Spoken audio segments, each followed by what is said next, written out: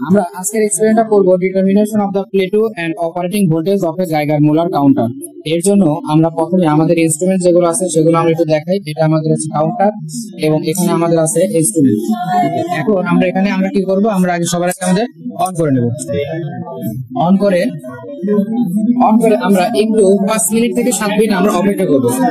আচ্ছা, আমরা 5 থেকে 7 মিনিট অপেক্ষা করার পরবর্তীতে আমরা আমাদের ডিসপ্লে টাচ সেটিং করে নেব। এর জন্য আমরা প্রথমে যে জিনিসটা করবো, ডিসপ্লে কাউন্টের জন্য আমরা টাইমটা সেট করব আমাদের হচ্ছে 60 সেকেন্ড, দ্যাট মিনস 1 মিনিট। এবং আমাদের প্রাথমিক অবস্থায় আমাদের এখানে দেখতে হবে অ্যাপ্লাই ভোল্টেজ করার সাথে সাথে আমাদের রিডিং এর কি পরিবর্তন হয়, এটাই আমাদের বিচার করতে হবে। আমরা প্রাথমিক অবস্থায় শুরু করলাম 840 ভোল্ট থেকে, তাহলে 840 ভোল্ট যদি আমরা দিই, আমরা এখন ভোল্টেজটা সেটিং করে নেই।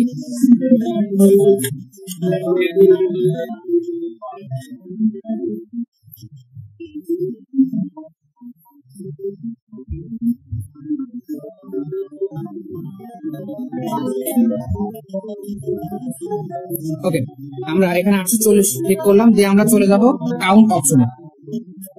হ্যাঁ, আমরা কাউন্ট অপশনে আসলাম। এবার আমরা এইখানে চাপ দিয়ে দেবো হচ্ছে আমরা কাউন্ট, দিয়ে আমরা অপেক্ষা করব।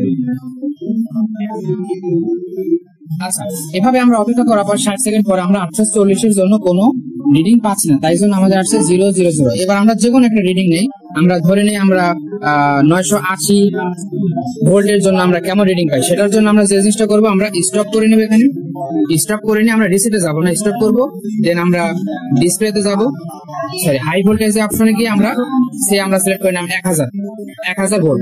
দেন আমরা চলে যাব কাউন্ট অপশনে এবং আমরা কাউন্ট করব। এখন আমরা দেখতে পাচ্ছি যে আমাদের কাউন্ট করছে।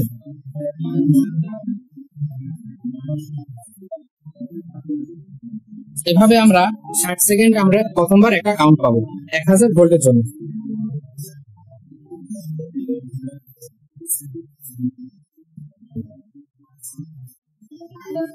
এবার আমাদের এটা হলো প্রথম রিডিং। এবার আমরা 1000 ভোল্টের জন্য আমরা আরেকবার রিডিং নেব। তার জন্য আমরা যে কাজটা করবো, আমরা আবার কাউন্টে দিব।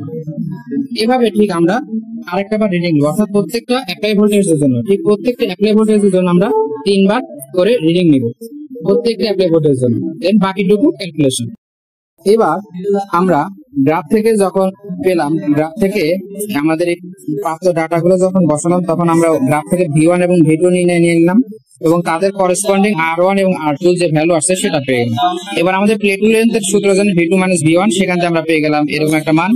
এবং অপারেটিং ভোল্টেজের জন্য আমাদের সূত্র অনুসারে বসে আমরা একটা ভোল্টেজ পেলাম এবং স্লোপ সেটা স্লোপের সূত্র অনুসারে, এবং গ্রাফ থেকে আমরা পাইলাম 9.21%। অবশ্যই এখানে মনে রাখতে হবে যে আমাদের স্লোপের মান 10% এর কম হবে, যত কম হবে তত আমাদের রিডিংটা ভালো হয়েছে।